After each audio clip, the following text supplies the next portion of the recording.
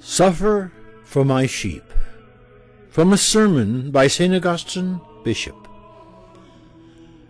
The Son of Man has come not to be served, but to serve, and to give his own life as a ransom for many. Consider how the Lord served, and see what kind of servants he bids us to be. He gave his own life as a ransom for many. He ransomed us. But who of us is fit to ransom anyone? By his blood, by his death, we were ransomed from death, and we who lay prostrate were raised up by his humiliation. And yet we too have a duty to contribute our meager offerings to his members, for we have become his members. He is the head, we are the body.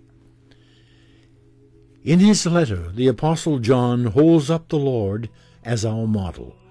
Jesus said, "Whoever wishes to be greater among you will be your servant, just as the Son of Man has come not to be served, but to serve, and to give his own life as ransom for many." So in his exhortation to us to act likewise, John says, Christ laid down his life for us, so we too ought to lay down our lives for our brothers. After his resurrection, our Lord asked Peter, "Do you love me?" And Peter replied, "I do love you." The question and the answer were repeated 3 times, and each time the Lord added, "Feed my sheep." In other words, if you want to show that you love me, then feed my sheep. What will you give me if you love me, since you look for everything to come from me? Now you know what you are to do if you love me.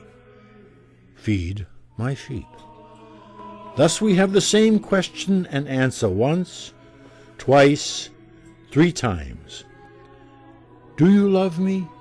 I do love you. Feed my sheep. 3 times Peter had denied in fear. 3 times he confessed out of love. By his replies and his profession of love, Peter condemned and wiped out his former fear. And so the Lord, after entrusting his sheep to him for the 3rd time, immediately added, "When you were a young man, you would gird yourself and go wherever you wished. But when you are old, another will gird you and take you where you do not wish to go." This he spoke, signifying by what death he was about to glorify God. Thus he foretold Peter's own offerings and crucifixion. By this the Lord suggested that feed my sheep meant suffer for my sheep.